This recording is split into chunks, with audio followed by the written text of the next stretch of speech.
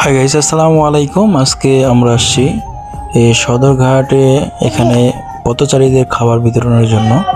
দেখেন অনেক পথচারী, প্রায় 100 জনের মতো হয়ে গেছে অলরেডি। আমরা দিচ্ছি আজকে খিচুড়ি, ভুনা খিচুড়ি যেটা বলা হয়, ভুনা খিচুড়িটা খাওয়াচ্ছি তাদের একদমই বিনামূল্যে, কোনো টাকা দেয় না। আমরা যেটুকু সম্ভব হয় আমাদের সম্ভব অনুযায়ী তাদেরকে খাওয়ানোর চেষ্টা করি।